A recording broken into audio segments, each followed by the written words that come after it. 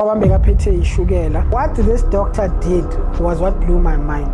I can help your father. He has got to get off medication. I never knew that sugar diabetes could be that hectic.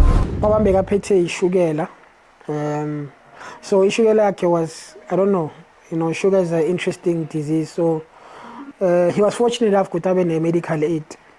But even though he had medical aid, he couldn't quite get the help that he wanted from medical aid. I don't know how many private hospitals.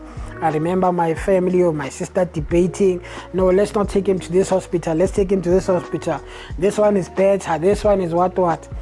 Until my sister got advised about this Chinese doctor from China.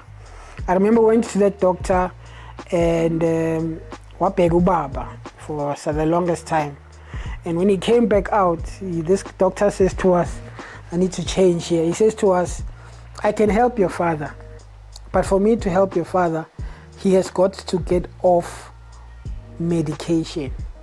Manje, I need you to understand something. Ukhuluma nolrato that, or a family that grew up on medical aid. Bokhohlela bakuhlaba nge-medical aid bahamba kudokotela. So for somebody to come back to us and say, I can help your father, but he needs to get off medical aid, off medication.